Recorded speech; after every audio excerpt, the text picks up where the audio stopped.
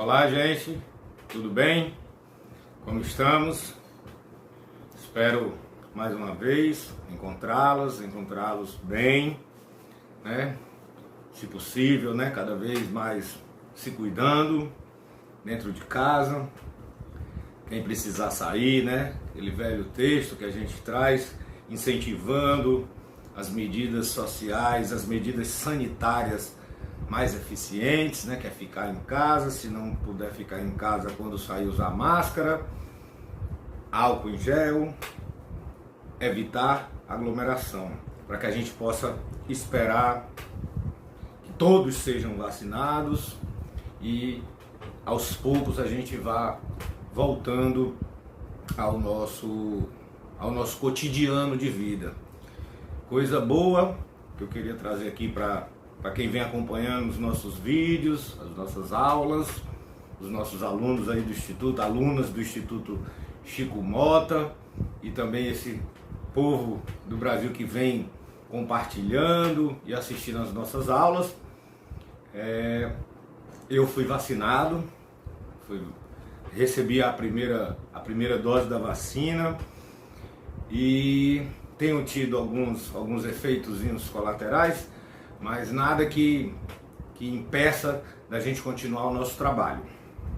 E aí, meu nome é Rafael Rolim, sou arte educador, brincante, professor aqui da oficina Grupo Folclórico do Instituto Chico Mota e faço parte, né, do projeto Minha História, Minha Vida, Vencendo o Preconceito com Arte, que foi aprovado pela Lei Federal de Incentivo à Cultura e patrocinado pela Autopeças Padre Cícero e Perseu PVC. E aí, mais uma vez, é um enorme prazer estar aqui com vocês e mais ainda, como eu disse no começo do vídeo, né, tendo sido vacinado com a primeira dose, ainda falta a segunda e ainda tem todo o processo de aguardar, né, que todas as duas doses, né, possam fazer o efeito. Então continuamos sempre que possível em casa e se cuidando. E aí, mais uma vez, nos encontramos para falar sobre o nosso folclore, sobre a nossa cultura, depois de mais um passeio, né, que a gente vem fazendo, né, com essas manifestações. Agora voltamos depois de uma temporada no Pernambuco. Começamos no Ceará, fomos para o Pernambuco, agora vamos retornar ao Ceará para poder estudar aqui, né, uma breve explanação. A gente vai ter mais encontros sobre essa manifestação, porque nós vamos falar nos próximos encontros do maracatu, mas não é o maracatu pernambucano, que também nós iremos abordar mais à frente, é o maracatu cearense. Ambos têm uma raiz irmã, né? São frutos, né? O maracatu cearense e o maracatu pernambucano são frutos da mesma raiz ancestral, da mesma raiz histórica, do mesmo lugar sociocultural, que são as coroações de reis negros. E essas coroações de reis negros que eu vinha falando lá no Reisado de Congo, eu trago de volta, né, para pensar esse maracatu cearense como exatamente esse lugar desses reinados, né, dessa possibilidade, mesmo que seja uma possibilidade não real no sentido da realeza do dia a dia, mas da realeza do simbólico, da realeza daquilo que a gente gostaria de ser, daquilo que a gente pode ser. E aí, pensando historicamente, a história vai exatamente fortalecer esse lugar desses reis e rainhas negros e negras que viveram inicialmente na África, e até hoje nós temos reis e rainhas, né? E que durante o processo de escravidão, né? Durante esse processo de escravização, na realidade, muito mais do que escravidão, mas escravização de negros libertos em África, que são capturados e trazidos para o Brasil à força e transformados em escravos, eles não deixam se apagar, eles não esquecem as suas raízes ancestrais, as suas memórias, as suas lembranças, as suas reminiscências que tem a ver com esse corpo que é tomado, que é usurpado, que é roubado, sequestrado, trazido à força para o Brasil e aqui transformado em mão de obra escrava, barata, desrespeitado completamente. Porém, os nossos antepassados negros que se misturaram com os índios, que também foram em parte escravizados, se juntaram, se misturaram e buscando nas suas memórias, nas suas lembranças, nas suas histórias reais e simbólicas, foram reconstituindo determinadas celebrações estas que remetiam exatamente a este lugar da coroação de reis negros. Quando eu digo essa coroação de reis negros, eu não estou falando de algo só simbólico, é real até hoje, como eu falei no começo do vídeo. Esses negros, negras, africanos, até hoje ainda vivem em alguns povoados, em alguns países, esse simbolismo e essa da realeza, da construção simbólica e também real de o que seria uma corte. Aí as pessoas podem perguntar, mas inspirado nas cortes europeias? Num primeiro momento, não. No primeiro momento, o continente africano se organizava em cortes. Os países onde havia esse modelo, né, que é ligado de alguma forma a uma monarquia, né, o rei, rainha, príncipe, princesa, essas cidades, esses povoados e alguns países, como por exemplo o Congo, né, que teve a grande rainha Nzinga, que foi uma mulher à frente do seu tempo, guerreira, lutadora, que depois nós vamos falar um pouco melhor sobre ela, mas que isso tudo constitui todo esse arcabouço, todas essas ideias que vêm transitar no tempo, nessa linha do tempo, como no Facebook, né, uma linha do tempo, saindo da África e trazendo esses reminiscências, essas memórias e lembranças, e aqui em Terra Brasilis, né, no Brasil, eles constituem manifestações populares, que são artísticas e culturais, que vão lembrar, que vão rememorar, que vão trazer de volta todo esse passado ancestral que eles ou seus antepassados viveram na Mãe África. Então, assim, vocês percebem a complexidade, o tamanho dessa carga, que ela é histórica, memorial, ancestral, simbólica, e o quanto isso tem influenciado na nossa cultura popular. Então você vai ver o samba, bebe dessa fonte. O samba, não só o samba carioca, o samba da Bahia, o samba desse Brasil. Você vai pegar os maracatus de Pernambuco, também vivem isso. Os reisados cearenses, também, como eu falei lá dos reisados de Congo, até remete ao nome da República do Congo. Se você for em Minas Gerais, que a gente também vai falar em outras aulas, os reinados e as congadas mineiras, não só mineiras, mas também paulistanas, né? As congadas paulistas remetem a esse lugar de memória e de ancestralidade.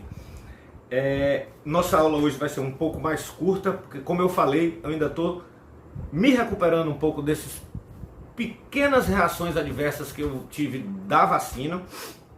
E no próximo encontro a gente vai conversar um pouco mais sobre esse vídeo que vocês vão assistir, que é um vídeo que foi produzido pela TV Assembleia, da TV Assembleia, é da Assembleia Legislativa do Ceará, daqui, né, do nosso estado, que tem um núcleo de pesquisa e investigação sobre a nossa história e nossa memória, que tem um trabalho muito importante, muito sério. Depois procurem lá também. E hoje nós vamos assistir esse vídeo, que é um pouquinho mais longo do que os vídeos normais. Mas aí eu prometo que na próxima aula, no próximo encontro, nós vamos ter uma oportunidade de conversar um pouco mais sobre esse vídeo que nós vamos assistir agora e também sobre os desdobramentos, como isso pode nos inspirar, como isso vem inspirando e influenciando a cultura do nosso estado, a cultura do Nordeste e a cultura brasileira como um todo, porque, como vocês já vêm acompanhando, para aqueles que nos conhecem, que já está aqui com a gente no nosso canal, sabe que tá tudo de alguma forma ligado, né? Na cultura nada é por acaso. Aliás, por acaso pode até acontecer algumas coisas, mas há sempre um pensamento de circularidade, né? Sistêmico, no sentido de que é feito para que ele aconteça de novo, para que ele possa acontecer de novo, porém novo, né? Não é novamente, é que o novo possa aparecer a cada vez. Como diria, para finalizar, Manoel de Barros, né? Que é um poeta aí lá do Mato Grosso, né? Mato Grosso do Sul, lá do Pantanal. Manoel de Barros dizia, né? Repetir, repetir até fazer diferente. Então, de alguma forma, a cultura popular trabalha um pouco nessa lógica, nessa perspectiva, dessa repetição que toda vez é diferente, é singular. Nunca um espetáculo teatral, que é ao vivo, um espetáculo de dança ao vivo e uma manifestação da cultura popular, nunca eles serão os mesmos dia após dia. A ideia é a mesma, mas cada dia há uma mudança, porque varia um pouco o espírito do mestre, dos brincantes, a própria plateia, o espaço físico onde essa brincadeira se apresenta. Então, para não me delongar para essa aula, porque o vídeo já é um pouco longo, faço esse pedido para quem vem acompanhando as nossas aulas, que não deixem de assistir o vídeo completo. É um vídeo de 25 minutos, é um vídeo que tem, portanto, uma duração um pouco maior do que aquilo que a gente vinha trabalhando, mas eu acredito, por ser cearense, por nós estarmos no Ceará, por pensarmos essa cultura popular brasileira nordestina cearense, foi para mim uma escolha difícil, porém muito importante, que eu tenho certeza que vai ajudar a gente, para as pessoas que não conhecem, passar a conhecer, e que aqueles que já conhecem o nosso maracatu cearense possam se deliciar e desfrutar e aprender um pouco mais com esse breve documentário que eles chamam de um curta, né? Como eles chamam lá no vídeo. E aí eu deixo vocês com o vídeo da TV Assembleia sobre o maracatu cearense, manifestação nossa que eminentemente brinca durante o carnaval, né? Muita gente vai para as praias, muita gente viaja para outros estados, o Carnaval da Bahia, o Carnaval do Rio, o Carnaval de São Paulo, as escolas de samba, e nós temos aqui no Carnaval essa manifestação que vocês vão assistir agora. Então deixo vocês com o maracatu cearense. Não deixem de ir lá no canal da gente do Instituto Chico Mota, lá no YouTube, dá aquele like, curte, compartilha, se gostar, divulga para os amigos e a gente se encontra de uma próxima vez. Muito obrigado, boa sorte, se cuidem que a gente vai superar essa. Abraços!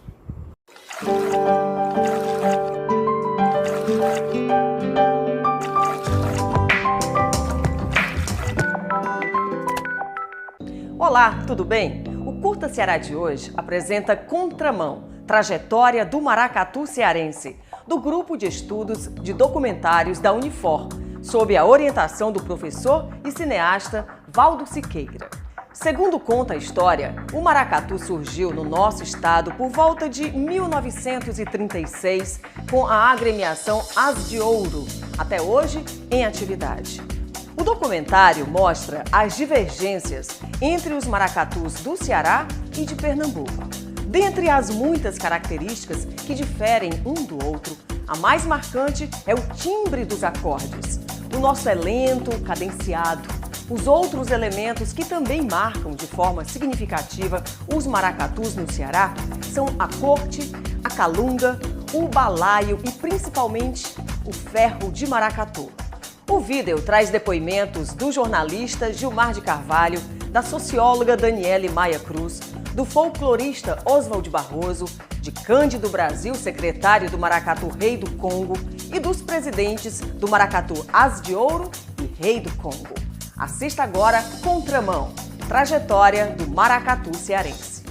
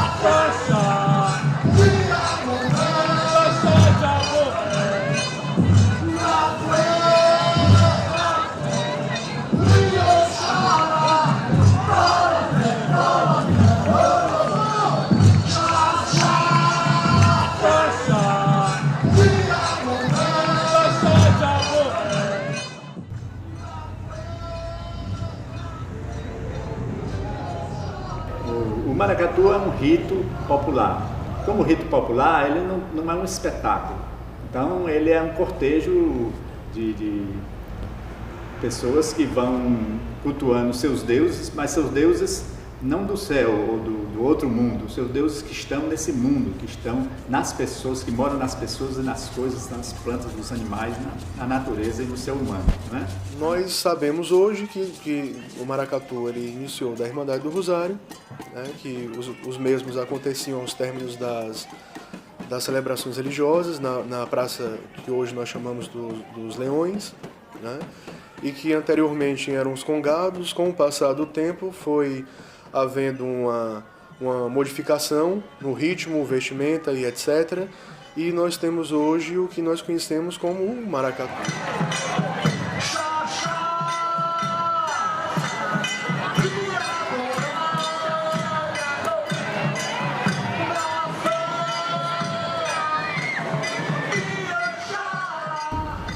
A carnavalização do maracatu foi uma forma dele sobreviver, né? Porque como manifestação ritual religiosa, ele foi condenado, era coisa do demônio. Isso depois das reformas protestantes, da reforma na própria Igreja Católica, essas manifestações dessas religiões naturais começaram a ser discriminadas. E o maracatu, para sobreviver, ele teve que se disfarçar de carnaval. E ele viu no carnaval um espaço onde ele podia avançar, onde ele podia proliferar. Quando os escravos foram abandonados por seus donos, né, e na abolição da escravatura, eles não podiam mais ter acesso às igrejas dos Santos Pretos, de Nossa Senhora do Rosário, São Benedito e outros santos pretos. para fazer seus rituais. Então eles passaram a fazer nas ruas, nos terreiros. E o maracatu, que é uma parte do rito de coroação do rei de Congo, ele começou a sair em cortejo pela rua, não no carnaval, mas havia maracatus nos diversos bairros e eles saíam nesses cortejos.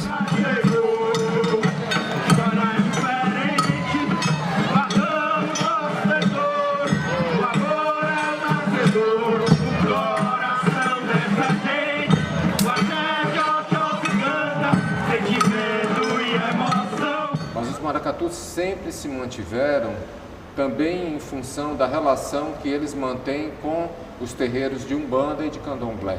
E aí, em razão disso, tinham setores da igreja que faziam ferrenhas oposições por aqueles ritmos, aquelas musicalidades, está associada a essa ideia de batuque de matriz africana. E o nosso maracatu é único porque no Recife tem maracatu, tem.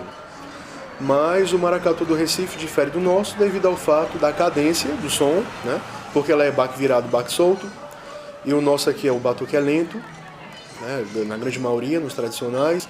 E pelo fato também da pintura do rosto, né? Que alguns falam em falso negrume. De falso negrume não tem nada. Né? Eu acho esse negócio de falso negrume uma coisa bem preconceituosa. Porque nós não pintamos o rosto para sermos falsos, nós pintamos o rosto para homenagearmos os escravos que não existem mais hoje aqui em Fortaleza, o negro em si. E porque existe muito preconceito em cima disso, porque acham que porque pinta o rosto, tem gente que não gosta, mas tem gente que gosta, que adora também a beleza do desfile, o luxo da corte e da loa. Mas na realidade essa pintura preta, é uma característica que a gente coloca-se nessa questão mais real da questão negra no Ceará. Eu sinto na pele, por estar à frente do maracatu, preconceito, não só religioso, racial também. A mensagem que o maracatu passa é maior do que todas essas possíveis limitações que poderiam provocar se algumas pessoas mais conservadoras ou algumas pessoas mais preconceituosas poderiam não aceitar determinados aspectos, mas ele vem com uma força e ele se instala de uma forma que ele se impõe. Não se tem como separar o maracatu nem do catolicismo, nem do espiritismo, nem da umbanda, nem do candomblé. Em um maracatu, você vê gente dessas 4 religiões.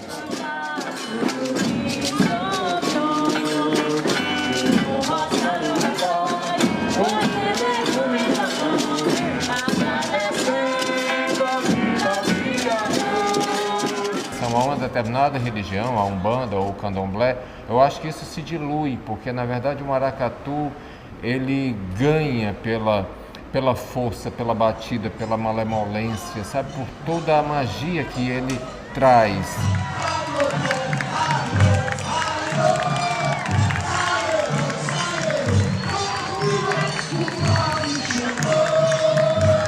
O maracatu antes de existir aqui no Brasil já existia na África. E principalmente nas colônias portuguesas. É uma mistura entre a cultura africana e uma cultura ibérica. Mesmo antes de chegar no Brasil já era isso. E aqui a coisa se consolidou e se complexificou com a presença indígena.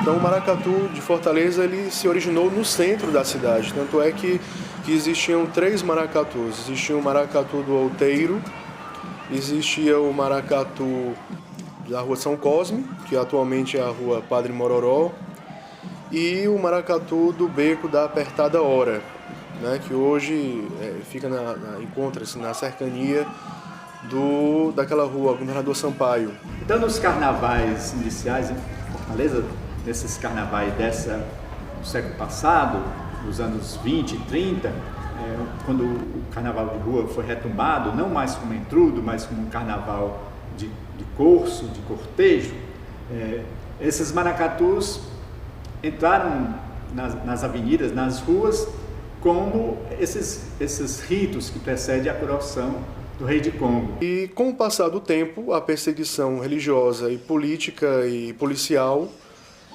ela obrigou o maracatu a sair da região central da cidade e escapar no subúrbio.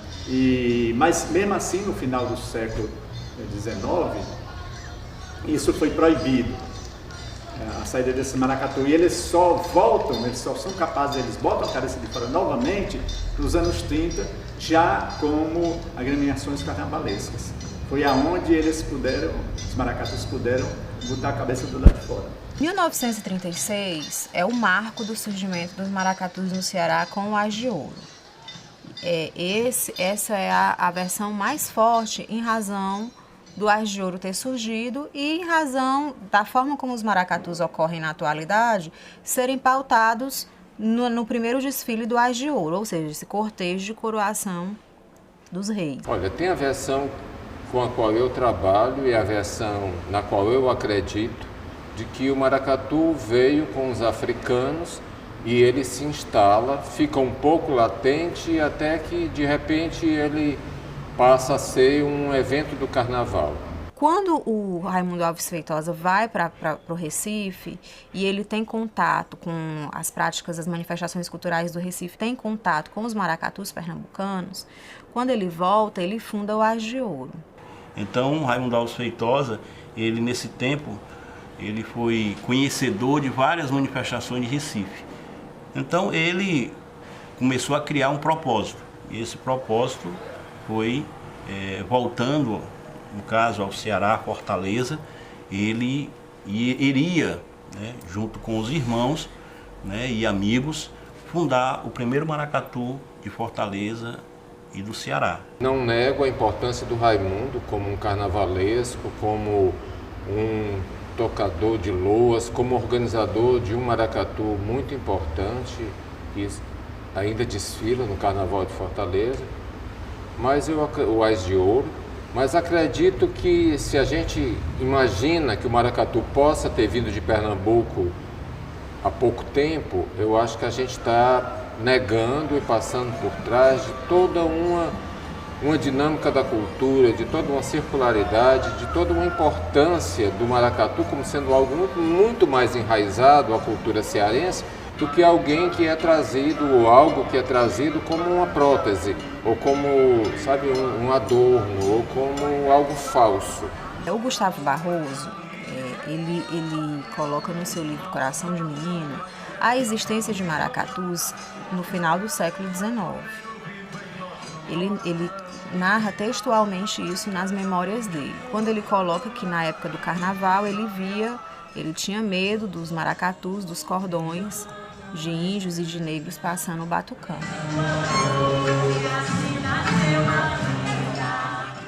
Mas eu posso dizer, pelas minhas observações, pelas minhas vivências, que a partir dos anos 1940 ele entra de vez porque passa a ser incorporado como um folguedo carnavalesco. Uma das versões é essa. Não, antes do Ás de Ouro já existiam esses outros maracatus que não tem muito registro, dizia isso dificulta a gente entender melhor como é que isso ocorria antes. A gente vai encontrar referência aos maracatus nas crônicas e a gente vai ler sobre o maracatu como manifestação das sociedades religiosas, das associações dos negros que desfilavam e que coroavam a rainha no adro, nas portas, nos patamares das igrejas, principalmente Nossa Senhora do Rosário dos Pretos. Então, acho que se a gente for pesquisar seriamente, a gente vai encontrar uma regularidade na linha do maracatu, só que uma regularidade com alguns momentos de maior evidência e uns momentos em que o maracatu estava em descenso, assim, que não se falava muito em maracatu. A partir do Ás de Ouro surgem outras versões, como essa ideia de que os maracatus aqui surgem voltados aos maracatus de Pernambuco. No Recife, os maracatus eles estão ligados a terreiros, né, de Xangô, e eles têm uma forte ligação religiosa entre seus membros e seus acompanhantes, né, e seus frequentadores. Então, talvez isso dê um enraizamento maior do maracatu de Pernambuco. E aí isso gera um campo de discussões muito acentuadas, porque maracatu no Brasil são os maracatus de Pernambuco, porque os outros maracatus vão ser cópias dos maracatus de Pernambuco. Aqui o maracatu é mais importante para o povo do que em Pernambuco, porque aqui o maracatu é o prato principal do carnaval, e no Pernambuco não, é o frevo. E os maracatus de Pernambuco, eles são tem maracatus que são seculares, de muitos e muitos anos. E a antiguidade é um fato que eles acionam para marcar essa ideia de que, como nós somos muito antigos, nós fomos os primeiros. Aqui o maracatu, com sua rainha, que é como se fosse o momento da elevação da hóstia, né? É o cume do carnaval. E o número de maracatus aqui é muito maior do que no Recife.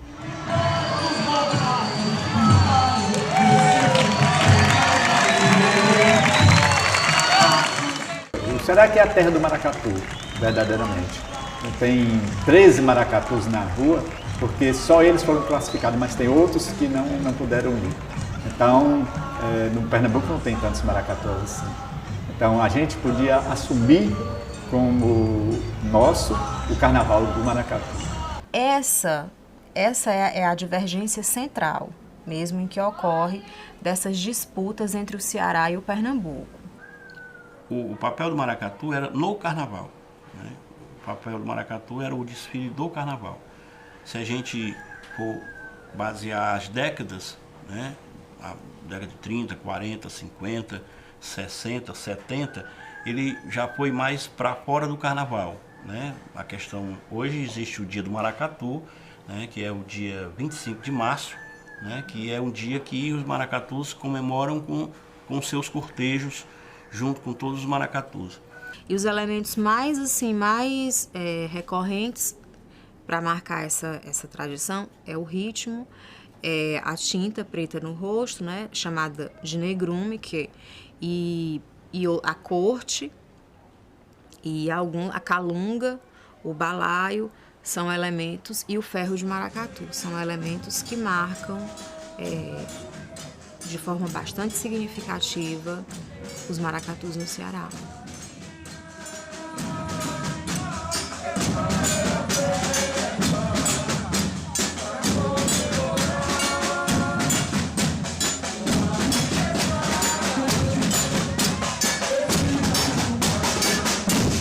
Sempre houve uma preocupação com os presidentes de maracatu em mostrar a tradição realmente da herança do maracatu, das roupas, na indumentária, nos personagens. Isso aí foi acrescentado ao longo desse tempo, pouca coisa foi, mas praticamente o maracatu vem com os mesmos personagens do começo do maracatu. O ritmo aqui ele é muito marcado pelos instrumentos, pela percussão, pelos instrumentos percussivos, né?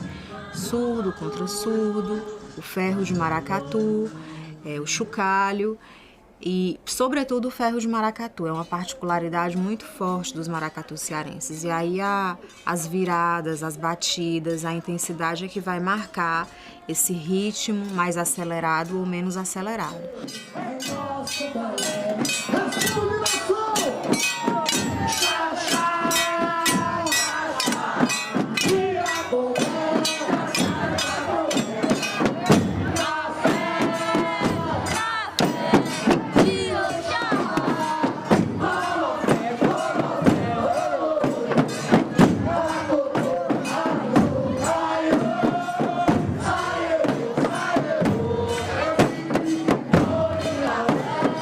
O maracatu sempre foi a partida principal do carnaval, o mais esperado.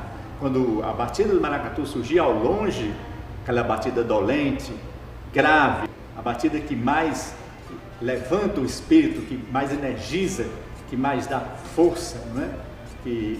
Para puxar as multidões, a batida é grave. E o maracatu ele não nasceu com esse ritmo lento que nós conhecemos hoje. Esse ritmo lento ele foi introduzido década de 40, 50. Até então o maracatu ele se dava num ritmo bem acelerado, né? Que era um macumbão, né? Com atabaques, com repiques, né? Era um pouco diferente.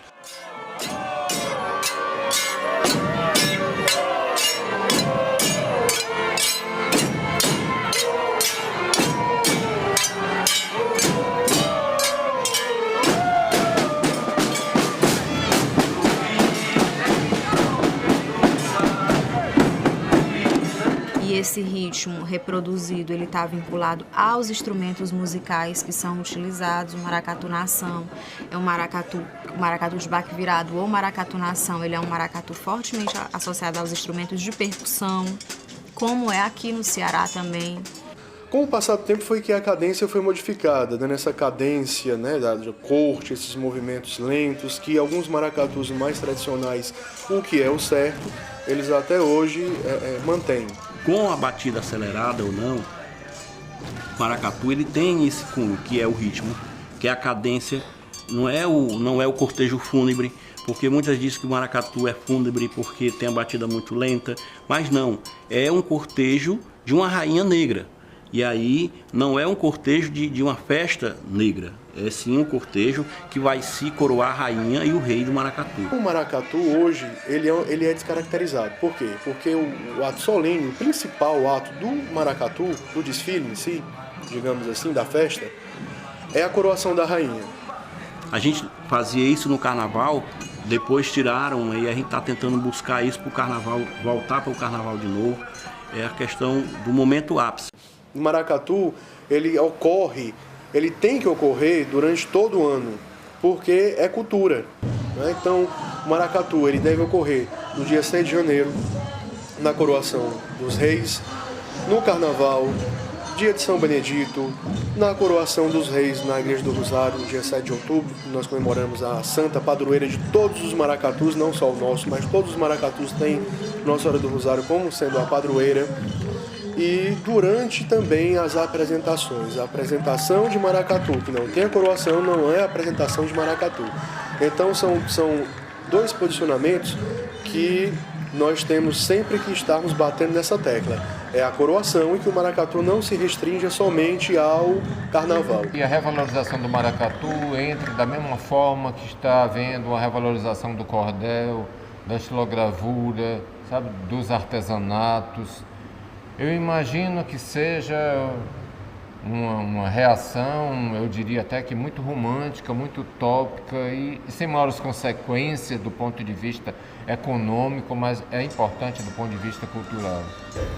Quando o maracatu começa a ser visto com novos olhos, a cultura popular, a cultura tradicional, a cultura, vamos dizer, natural, que se confunde com a própria natureza, ela passa a ser vista de um modo novo, não pejorativo, não desvalorizado, não, isso é mito, isso é folclore. Não, isso é uma grande cultura.